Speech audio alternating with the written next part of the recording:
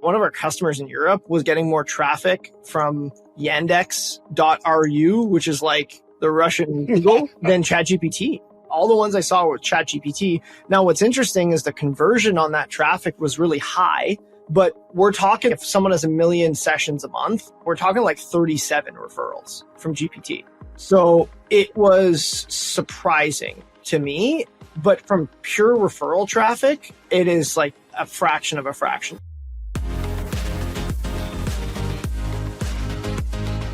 Hey everyone, welcome back to E-commerce Toolbox Experts Perspectives. Today's episode is a special one. We're sharing a conversation I had as a guest on the Cocktails in Commerce podcast. We talked about e-commerce analytics, the real-world impact of answer engine traffic, and my journey building Noibu to help merchants eliminate issues that harm traffic, conversions, and bounce rates. Tune into to discover top lessons I learned from e-commerce leaders about AI, attribution challenges, and commerce data strategy. Huge thanks to the Cocktails in Commerce team for having me on. It was a fun and insightful conversation over a paper crane cocktail. So pour yourself something nice and let's dive in. Welcome everyone to another episode of Cocktails in Commerce. My name is Brian Walker. Today I'm joined by my co-host, Bill Friend, and our guest, Kailin Noivo, to mix up an NA cocktail and talk about e-commerce analytics and what's happening for real with answer engine traffic and impact today. Kailin is the co-founder and president of Noibu, where he leads the company's mission to help e-commerce businesses identify and eliminate both small and large problems that impact traffic, conversion, and bounce rates. Since launching in 2017, Noibu has grown quickly into a trusted platform used by many leading global retailers and brands. Prior to founding Noibu, Kailin worked in software engineering and product roles that gave him a first-hand view of the hidden costs of undiagnosed website issues. So let's get into it. Pour yourself something to sip along with us and enjoy our fascinating conversation with Kailin. I'm broken-hearted with all that this entails. It takes some concentrated drinking to keep me on the rails. Kailin, so great to have you on. Thank you so much for joining us here today.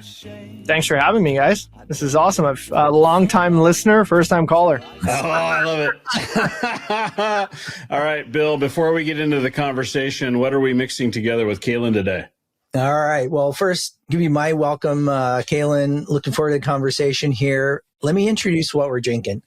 Like we've done many times with other guests, today we're enjoying an NA cocktail. And in the world of NA spirits, the number of options around what you can find to really build something is just exploding right now. It's just been in the last year alone.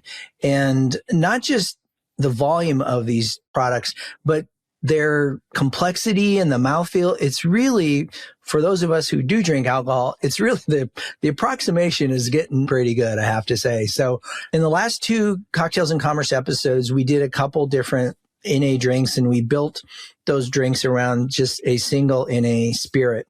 Today, we're actually using 2 different spirits together, and partially because the spirits are getting that good and they can really amplify each other. But also we're using an inspiration from a cocktail that has 3 different alcohols, and it's called the Paper Plane, which we actually wrote about in a very early version of the newsletter, actually over 2 years ago now. Shocking. Time is going by way too fast. And it's, for those who might know this or might know this expression, it's the first time, I think, where we use the phrase, fuck Aperol. Yes. Yes. Awesome. Which I'll leave Brian to add some commentary around that after I finish here. But the spec for Paper Plane calls for bourbon, lemon juice, a sweet Amaro called Nonino, which I highly recommend for people just getting into Amaros. And yep, Aperol. Well, we're going to clarify that That's later. True. We'll just park that one.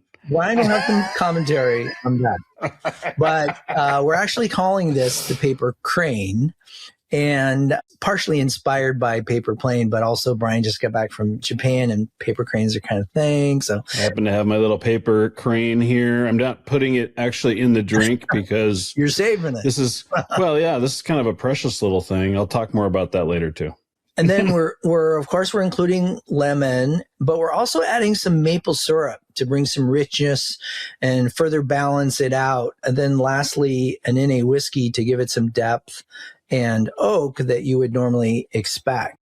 NA whiskey, which is a bourbon in the case of Brian and I called Free Spirits Bourbon, it actually has a certain spiciness. So that was one of the reasons why I think for us, at least, the maple syrup worked really nicely to kind of balance things out.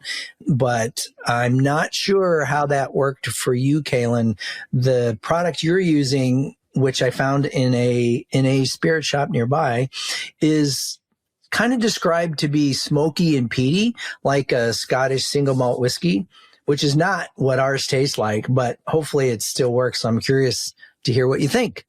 Yeah, honestly, it's really good. Not usually a huge drinker in general, but I like me a good cocktail in the right mood and the right vibe. So it's like end of day for me here. And no, it's really, really solid. And I've been giving it some good sips, and I'll probably have to take it home so I don't sneak it into my coffee in the morning. Oh no, you can sneak it. It's NA. It's fine. You can put it in your coffee in the morning. I use an NA Amaro called Lucano. It's their NA version of their Amaro, and I'll add it to my coffee sometimes. It's nice. Once in a while, maybe once in a while. The holiday seasons are coming up, so got to prep the stomach for the holiday Christmas party season. Yeah. When you look at that bottle, you showed us what that looks like. It looks like an alcohol bottle. So if you're in the corner pouring something in your cup, people are thinking you're drinking alcohol, probably. It's true. It's true. Got to set a good example around the office, you know? Bill, you alluded to it before, but I think the best thing about this NA version of the paper plane is it has no Aperol in it. That's funny. You know, I'm going to point people to that Substack from way back in June of 2023 if they want to understand the whole fuck Aperol thing. But as an NA cocktail, this is really good. I would say we used the kind of the concept of the paper plane, and it is equal parts, which is awesome because it makes it really easy to mix. You don't have to worry too much about getting everything right. You just make sure it's the same. The nice thing about it is it's delicious. It's very refreshing. It's not exactly a paper plane. So we're not like literally mimicking the alcoholic cocktail. We've made something new using that concept and that spec, but it's very good. And in the case of using the Free Spirits bourbon, the NA bourbon that Bill and I are using, like the capsaicin kind of just comes through a little bit. The maple syrup gives it some nice kind of silky mouthfeel, which you kind of need to kind of compensate for some of the things like Amaro Nonino. And it gives it a little bit more depth as well, which would be lacking, I think, if we weren't using it. And it's a nod to you up there in Ottawa, Kailin. You know, we're using maple syrup, you know, something close to home from up there. But I think it's time to get into it here with our first question. And Kailin, as you know, we have a standard opening question on the podcast. It may be the toughest one during the whole show. Bill's grandson, Kai, is now 9 years old. Kailin, you need to explain what Noibu does in a way that Kai can understand. And as always, Bill will be judging on the rigorous winner chicken dinner scoring methodology and scale. All right, Kailin, give it a shot. Yeah. I mean, put simply, Noibu enables people to find what they're looking for when they're trying to shop online and execute a transaction without any issues. If you ever see your dad or your grandpa grab an extra cocktail when trying to shop online, it's probably because the site they're using doesn't use Noibu. All right. Anything else you want to add, Kailin, or is that the submission? The submission is that we're an experience monitoring platform, best of breed for commerce, and we enable people to sell more through our platform and make their experience the best it could be. All right. I love it. Succinct, to the point. Bill, how did Kailin do? All right. Well, the cocktail reference got you some extra points for sure. But I'm guessing you don't have a 9-year-old at home. He's not really somebody who's shopping online, but we'll give you a chicken and dumplings, hearty and satisfying. Good job. Thank you. There we go. I love it. That's awesome. Very good. Well, hey, listen, I want to dig in a little bit around the founder story. We always like to, when we have a founder on the show, hear a little bit more about the inspiration, early days, the core challenge you were looking to solve, and your key insight on how to solve it. And maybe you can throw in a little explanation how the name ended up being so much like your last name, but not actually your last name. Yeah, I mean, like many founding stories, we started off young, dumb, and broke, not understanding what we wanted to do, but we thought we were smart enough to build a company. Isn't there a movie called Young, Dumb, and Broke? Oh, wait, I'm thinking of something different. Probably. There definitely could be a founder story for sure.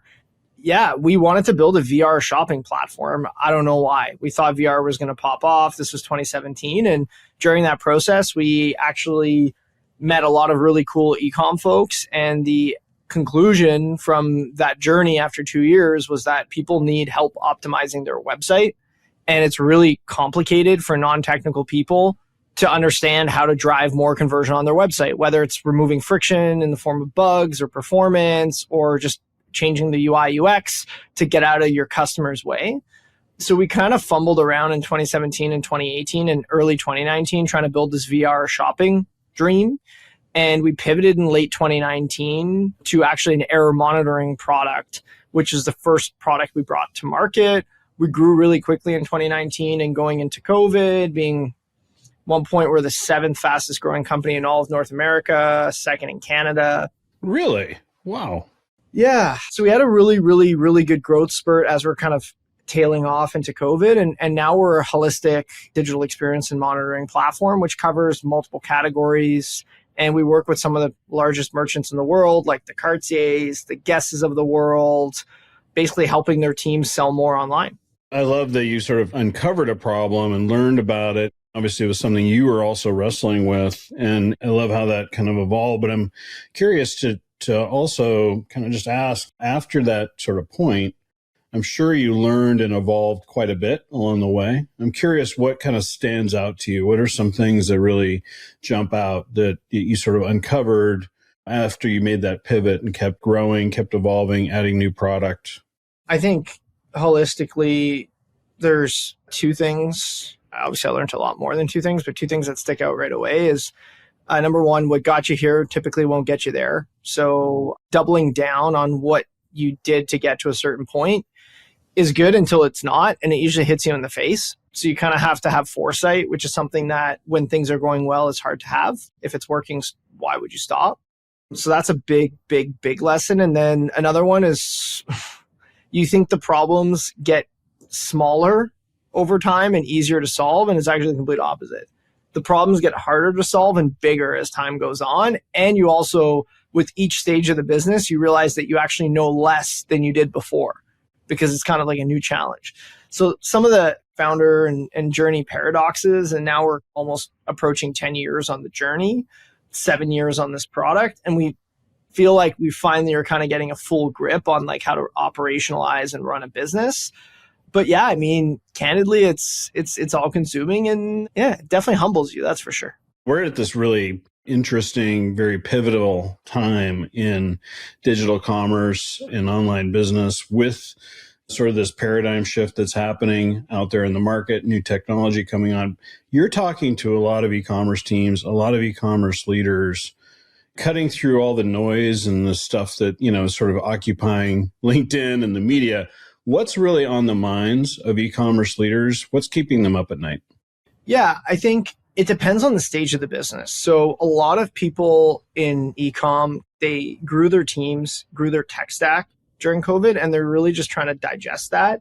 And then you start to pair that with raising interest rates in 2022 and like softening consumer demand. A lot of people kind of had projected for their demand and kind of got over their skis.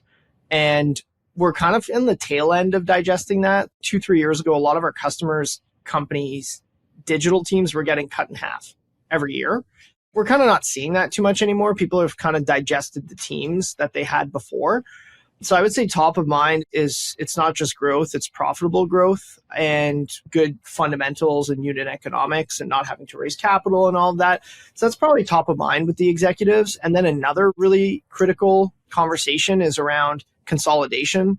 They want to simplify, they want to cut down their tool stacks, they want to cut down their team. And then you have the big X factor right now, which is what do we do with AI, right? Does it help us write our product descriptions? Does it replace humans? Is it going to be the new shopping parameter? So I also run a podcast. and I get to talk to a lot of really cool people. And on the back of that, I get to have a lot of convos, and there's some very common themes that are emerging. No one knows what the fuck's going on with AEO. Yeah. Candidly, and no one knows how this is going to shake out. And people are trialing different things, and they're getting different degrees of success.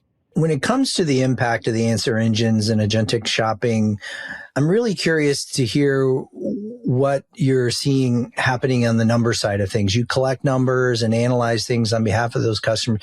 What are you seeing with the numbers?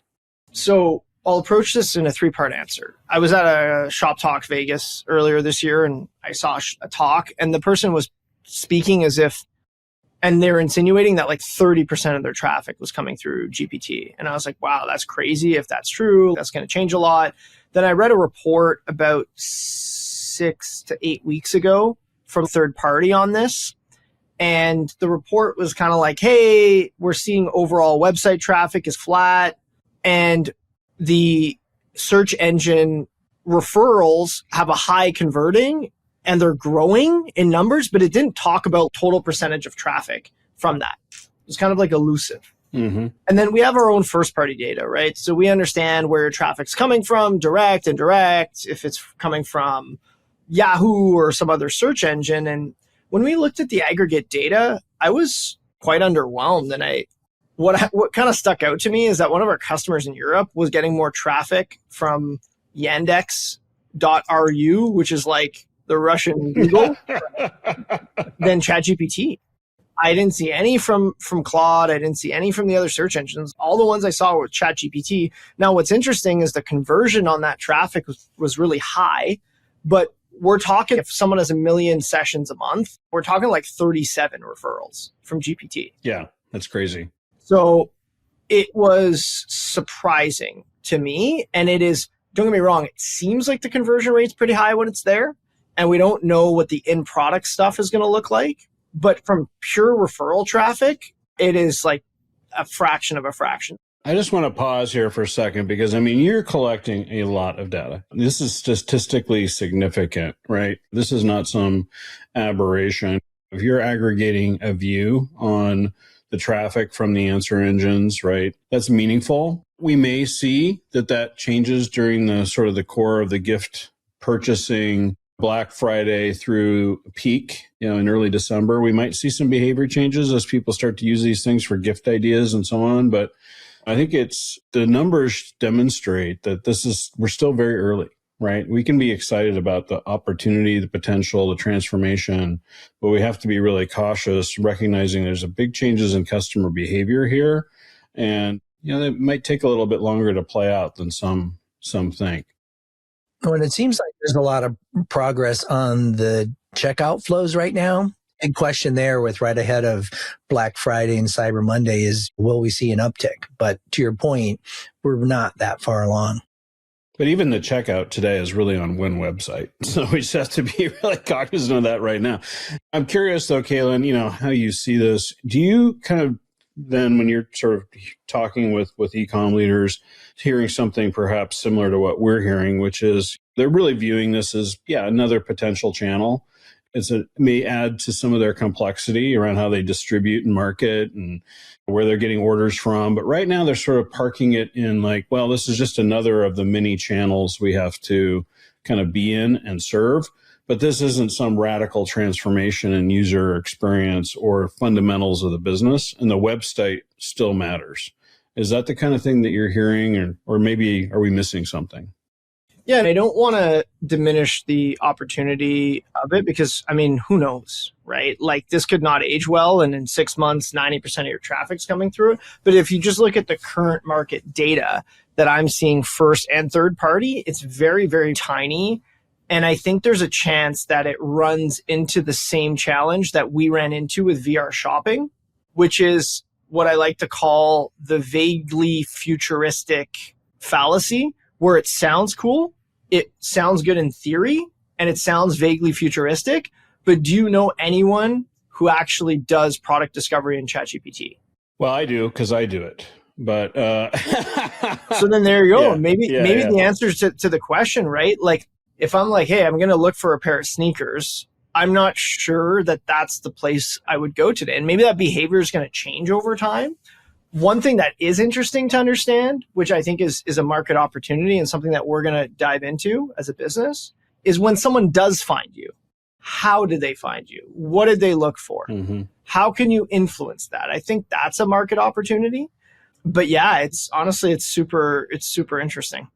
I happen to fall in kind of the middle here in a way, right? I do think there will be a significant transformation from consumers interacting with answer engines and as those evolve into AI companions and so on. But even if you just look at the numbers today, like shift in how we, find information online and do work and complete tasks and get ideas and all these different things, it's already radically changed. And it's that people get more and more comfortable interacting there and starting different sort of research journeys there. Shopping is already a component of that. And when consumers have been asked about it, they're generally really positive about it. And the forecasts, I think, are kind of building off of that. So I do think there is a big transformation here, and it's different than VR because it isn't a completely new channel of interaction where there's a high cost to entry of VR headsets and all these kinds of things. It just blends into sort of the routines and habits of consumers using the web that they're on, the web browsers and everything they're on already. That said, we have to recognize, and your numbers demonstrate it, that this is very early and it may not play out as fast or in the same way we expect right now. It may be a 3 to 5 year kind of transition we're in. And even then, the website and sort of the existing fundamentals are still going to be really relevant, is how I see it, right? People are going to be landing on your site, validating their purchase, et cetera, and not necessarily doing checkout through the answer engines and companions. Yeah, one thing I kind of noticed the other day, I was trying to use ChatGPT to shop for something that I guess I'd call it fairly generic. And it ended up coming back with Amazon and Walmart and all the same people. Yeah. When I'm looking for that, I can go to those sites and I'll have a better experience by going to those sites. But so I feel like there's categories it's going to play out different. Like the shoe example is good. There's certain brands you have affinity for. Yeah, let's just get a broad look across all the places I could get that. But like if it's going to just keep taking me to a marketplace that I could just go to myself, it's not a great experience. I'm curious. Let's keep pushing on this. So I agree. It's a channel. It's a growing channel. It seems to be a very high converting channel when I see the data, but it is such a small, it's genuinely an insignificant source of traffic for our customers today, but it's probably growing, right? Makes sense. I wonder, just approaching it from first principles, what problem is this going to solve? Like I could see this in a situation, and I actually tried it and it didn't work, unfortunately. One of the light bulbs in my chandelier in my house broke, and I had no idea where to get the light bulb from because it looked like, I don't know, it was a weird looking light bulb. So I took a picture of it and I'm like, hey, can you find this? So that use case from first principles makes sense. Or, hey, I want the cheapest version of this specific tire.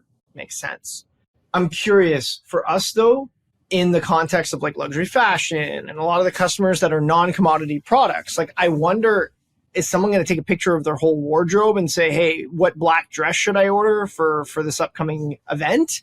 That's where I struggle with the use cases. But maybe you guys have thought about it a bit more, or you guys have some different use cases outside of, I want this type of tire that's the cheapest, or here's a picture of something, I don't really know where to get it. Yeah, I think that, it's certainly, if you know what you want, kind of like you may not gravitate there, but a lot of just everything is going to gravitate toward interacting with answer engines and generative AI kind of from the jump. It's going to be the first thing you think of doing is typing in or speaking to or what have you with that answer engine or companion that you're using for everything. So that's one component. So in a sense, it's the new browser, or the new Google. You could think of it that way too. And Google obviously will be one of them. The other component is when you're kind of investigating something or it's something you're curious about or you're interested in, and then you want to know, well, what would I use to do that? I'm kind of got some woodworking related projects that I want to do. I'm not really a woodworker. And there's this technique that I saw in Japan. I'd seen it before, but I got really interested in. And I was like, so I was interacting with ChatGPT to kind of learn more about it and all that on a train ride. And then naturally I asked, well, what would I need? Tools? What would you recommend? Modern tools that people would use to do this? What's the technique? And so on. That led me down a path to, well, here's 3 products that people involved in this actually recommend on Reddit and what have you. Because obviously I asked for sources and I'm like, great. So that's an example of like something I didn't know anything about. And yeah, pretty soon I'm ordering a $40 like torch gun, that runs on propane tanks and whatever. So I can do this burning charcoal wood preservation technique that I got curious about. So that's, just another very different kind of use case where it's like maybe more akin to your chandelier, right? Where you're trying to solve a problem. And I think as the tools get better and better, those kinds of things will matter. I think for people who just have very routine or commodity type tasks that they're trying to fulfill and so on, this is where the AI companions will come into play. The more you share with them, the more they'll know. And wouldn't surprise me is if, I'm getting reminded that I might want to order some things, or maybe I decide I just want to automate it and it turns into a subscription and it's sort of fulfilled in a little different way through some sort of marketplace model with the supplier. Those kinds of things will happen. How fast is really, in my opinion, the question. And there's going to be some surprises along the way, things that we have a little bit of a hard time maybe predicting exactly how it'll play out. Yeah, one other example on the apparel side, I was thinking when you mentioned your point earlier, Kailin, is the ability to describe like an event or something you're going to and some general preferences and getting some recommendations.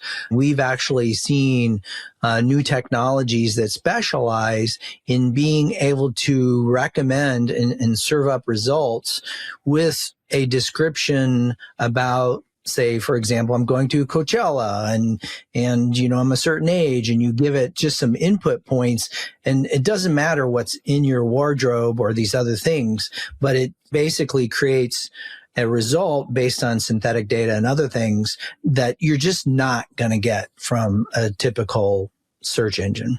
Bill, I think your analogy would feel a lot more grounded if you said Jazz Fest instead of Coachella. I'm not going to buy something new for a... You got that covered. Yeah, all right. Yeah, a good one. I'm going to be drinking canned cocktails when I get there because it is a thing. Yes, it is. Well, with that, I'm going to suggest we take a break and we refresh our paper cranes. Bill and I are going to check our pockets and make sure we have enough change to pay the bar bill. There you go. Brian, I should just mention, maybe our listeners notice our breaks are getting a little shorter these days. We used up all our Lalo ads. So if anyone out there is thinking they want to sponsor, we're not likely to say no. All right. Our commercial is a commercial for commercials. Okay. Well, with that, we'll be right back with the rest of our conversation with Kailin. If you're listening to the e-commerce toolbox, you're entitled to a podcast exclusive website audit. Go to noibu.com/podcast-audit for a free scan that uncovers the hidden friction blocking your conversions and shows you where you're leaking revenue. Welcome back, everyone, to our conversation with Kailin Noivo. I wanted to dig in a little bit more on the e-commerce traffic patterns that you're seeing separate from the answer engines. I think we dug in on that, but I'm curious outside of that, and more broadly speaking, what are some of the more interesting trends you're seeing, and what do you think brands should be paying attention to? Broadly speaking, ROAS has been flat or declining for the last couple of years, meaning that ads are getting a bit more expensive, conversions dropping a little bit. So overall cost of acquisition is pretty high. A surprising segment that's been growing like crazy is native mobile apps. Interesting. So people who build their own apps, that traffic is growing. And we're actually seeing situations where people's web traffic is compressing 20 to 30%, but their app is growing 40%. So like net, they're growing 10. That's really interesting. Is that because they're getting people to do that through direct marketing as well? So like they're text messaging, they're emailing, driving people to kind of an app experience. And so that's a component of that perhaps? One thing that, and I'm not like an expert on this, so I don't know fully why the strategy, but I know that when iOS pushed that big update that kind of messed up a lot of ads a couple of years ago, people wanted basically to be able to send push notifications, and push notifications through a native app is like the most converting thing. So I think that's a big reason why. Basically, you get to control your promotion. Like it's basically like an ad for free, if that makes sense. Yeah. Well, it's a way to engage a customer, and they may be more prone to like, oh, why do I have 2 messages on my whatever app, and so they might casually engage with it, whereas they might just ignore the email altogether. Exactly. Makes a ton of sense. That's one of the patterns that we've been seeing. The other one is people are really trying to do a lot more earned media. So they're trying to do a lot more organic, some of the micro influencer stuff. Actually, I had someone on my podcast who built a D2C brand in 2016. Between 2016 and 2019, 2020, you could just rip ads and they were super profitable. You could just fund your growth through ads, but like kind of became a shit show during COVID. And now it hasn't really, it's like a perfect cocktail of like, well, actually, not fun, but it actually is rising customer acquisition cost with like a slightly decreasing conversion rate. And like those things are kind of working against each other. And yeah. That sounds like a shitty cocktail, not a perfect one. That's true. That is true. It's a perfect shit cocktail of bad performance. Well, I think what's really interesting about what you shared there, I think it's good news for brands, right? And it just illustrates retention marketing tactics and sort of doing a better job of communicating with your existing customers you've already acquired and kind of closing the loop and driving them to an experience you can control. And frankly, all these other trends that we're talking about, factor into this point I'm going to make too, which is like, that's the fastest path to profitability right there for every brand anyway, right? Versus continuing to pay to reacquire the same customers. Once you get them, right, you put them in your closed loop, direct communication, and driving them into an experience. And that's good news, right? That we're starting to see that, and that consumers are also getting some value out of that experience. That's good. Yeah, no, for sure. Kailin, as AI tools drive potentially more of this offsite research and discovery, and some of these transitions in the customer experience come into play, what does this mean for e-commerce teams trying to track attribution and understanding kind of the changing nature of their business? What's influencing conversion and impacting customers? You're right in the heart of that problem. I'm curious, what are some of the things people need to be thinking about so they can kind of understand and track what's happening? And also, you're very involved in helping people understand when things go wrong and what to focus on and address. Like, how does all that kind of factor in when we think about these shifts in the user experience? Yeah, I think it's all going to come on the back of consumer demand, right? Does the consumer want to discover and interact in this new channel? And the more the answer becomes yes over time and that grows, then the more influential it will be. I think starting at the basics, people likely want to understand what percentage of my traffic is coming from there. What's the conversion rate? I don't even think candidly that people have a really good answer to that right now. And then from there, what are people interacting with that is influencing them finding you? And then how do you capture more of that demand? But if you look at the Google ecosystem, you can search for search terms, how often a search term comes, and then where do you rank? There isn't really the equivalent infrastructure in these LLMs. It's just like a black box. And no one really actually understands how to influence it. So I think there's going to have to be some innovation there for people to be able to capture more demand. And then at the same time, we don't know how much demand is created, right? Like we don't know how many people are looking for a specialty project that is then going to recommend that they buy a bunch of tools, right? Or the perfect outfit for this scenario. If you already know the brand that you're looking for, why would you go to a search engine like a ChatGPT? Why wouldn't you just go to the website? So I think there's some questions that people don't fully know yet. I think the first part is just driving clarity in analytics. What are they doing on the website? What are they clicking on? What's the conversion rate? And then from there, providing tools to influence driving more capture of the demand that's already there, if that makes sense. Totally makes sense. It would also be really interesting to see the pressure put on the answer engines to share more data. Whether or not they can easily provide it or not is a different question. But I think, as those become commercial channels, as potential advertising and other things come into play, we'll see there may be pressure on them to share more to help marketers understand, how to market into that channel or how to improve their performance. So it's going to be really interesting. And I just want to add one other thing, which is I think it would be really interesting to see what ChatGPT thinks Bill's perfect Coachella outfit would be, actually. I might have to. I don't think you want to see that, actually. You might be able to even generate an image. Exactly. That you can do. We might need Nano Banana for that. Yeah. Yeah. Well, we kind of already started talking a little bit about the next question I was going to ask you, Kailin, but just in terms of maybe what else in terms of the role having clean, trustworthy analytics play in navigating this next phase, especially as other channels emerge and old ones evolve. How do you see that playing out? I think this is a Bill Gates quote. I think people always overestimate what happens in a year and underestimate in 10. I actually genuinely believe that. I think analytics, everyone's trying to rush towards what I call the magic machine, which is you ask it anything you want and it gives you the perfect answer. It's the 10 best PhD analysts you've ever had. And I think that is a good vision to have, but I think we're potentially years away from that. It's something everyone should work towards. Everyone who is trying to work on this in a horizontal way. And what I mean by that is like servicing multiple industries, B2B SaaS, insurance, that.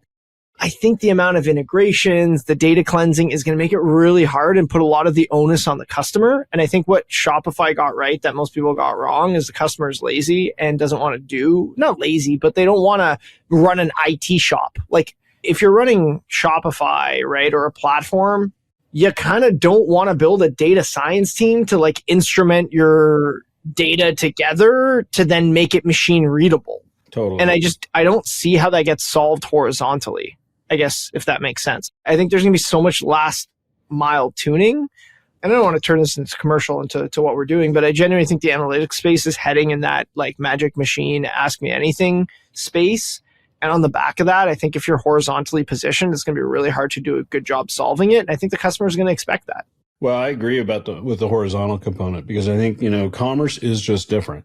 Digital marketing, digital commerce, the metrics, how they're collected, right? And the sort of the complexity of the channels and the number of channels and so on all add up to that. And I do agree that a generic sort of analytics solution, just like a generic LLM, is not going to be able to deal with it. I agree with that perspective. Kailin, put yourself in the headspace of a brand or retail digital commerce leader here for a minute, the kind of people we've been talking about. You're building toward the sort of a vision and a plan, for the next 3 to 5 years of commerce. Most people aren't really planning that far ahead, but you're kind of like doing some long-term planning, right? You're trying to think about what bets you're going to make next year and what you're going to put out there even further. Where should they be placing their biggest bets? What are the emerging problems that you think will matter the most to solve?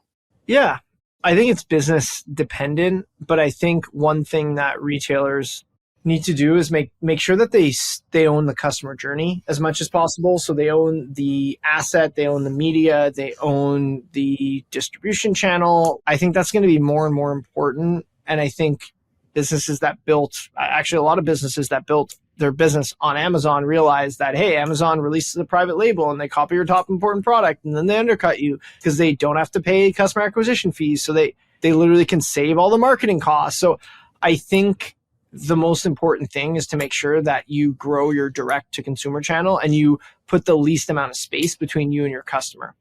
I completely agree.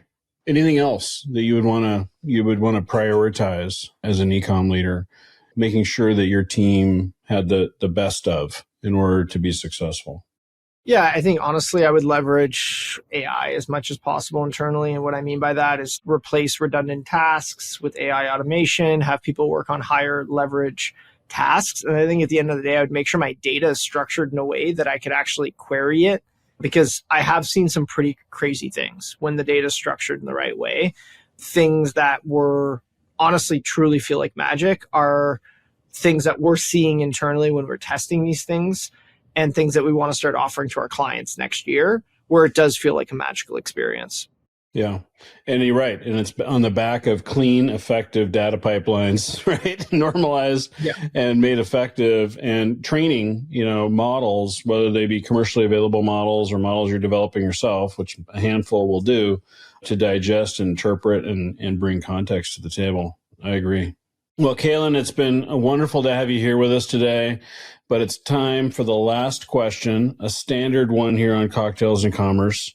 The next time you walk into a bar, it could be in a successful event, maybe successful customer meetings, you've got some good vibes going on, you're with your team, but it's been a long day. You're pretty tired.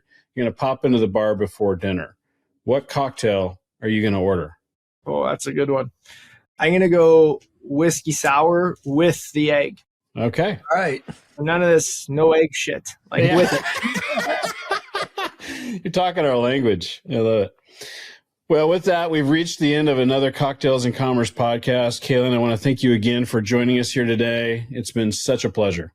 Thank you guys so much for having me. This is great. And I'd also like to thank everyone who's subscribed to Cocktails and Commerce. If you haven't subscribed to our Substack, I'd encourage you to. That's where you'll find all our industry analysis and, of course, more on cocktails and every podcast that we release. With that, Bill, take us out. Thank you, Kailin. It was a great conversation. Until next time, be well, drink well, and here's to good business. Cheers. Cheers, guys. Cheers. The e-commerce toolbox Expert Perspectives is brought to you by Noibu. To find out more about Noibu and how we can help you debug your e-commerce site and rocket your revenue, visit www.noibu.com. That's Noibu.com. And then make sure to search for the e-commerce toolbox Expert Perspectives on Apple Podcasts, Spotify, or anywhere else podcasts are found, and click subscribe so you don't miss out on any future episodes. On behalf of the team here at Noibu, thanks for listening.